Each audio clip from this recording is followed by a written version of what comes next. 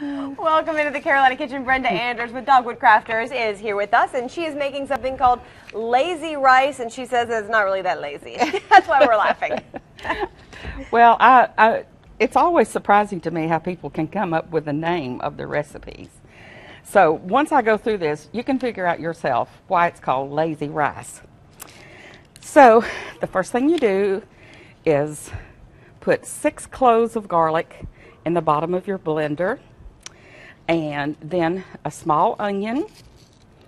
And I've forgotten a lot of things this morning. I forgot a knife. Okay. I forgot the bottom of my blender. Well, that's okay. So we're going to do lots of imagining.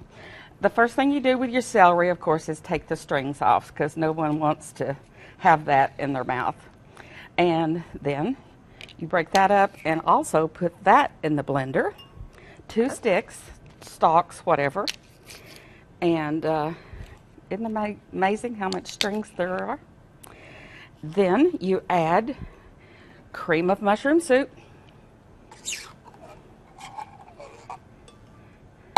a can of onion soup. Now, can you imagine how good that's going to smell? Garlic and onion and all of that. It's also going to turn out to be a weird color, but it ends up looking like that. You have browned a pound of ground beef. And when people say brown it, that doesn't mean fry it until it's real crispy or anything. You just want to fry it until the color is brown. Then you have browned everything that you need. Okay. This is a cup of rice, not instant rice, but regular rice, because you're going to bake this for an hour at 400.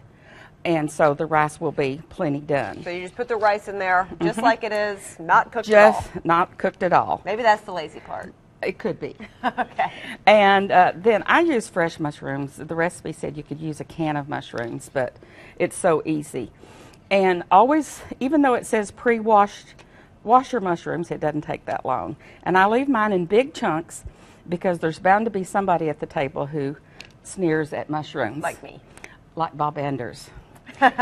So leave them in big, and they will cook nicely. Pretend this is blended, okay, and it's a juice mixture, and you mix it all together with this.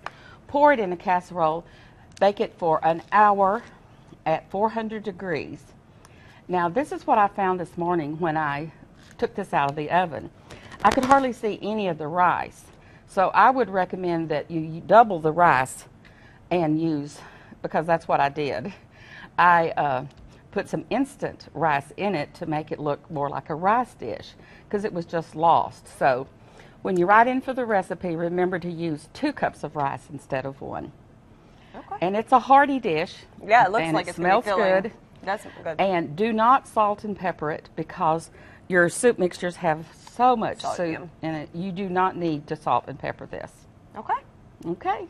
Let's get you guys the recipe. Go to our website, WLOS.com. Click on the Carolina Kitchen link. That's the fastest way. Or you can send a self-addressed stamped envelope to 110 Technology Drive, Asheville 28803. It is the lazy rice dish. And remember, double the rice. Or I guess you could half the beef if you didn't want a recipe quite as big. But double the rice seems to work really well, especially with the 2 cans of soup, right? And you can use turkey if you'd prefer. Okay. Lean turkey. That would be good in there, too. All right, Brenda, thanks so much. And that's what's cooking in the Carolina Kitchen.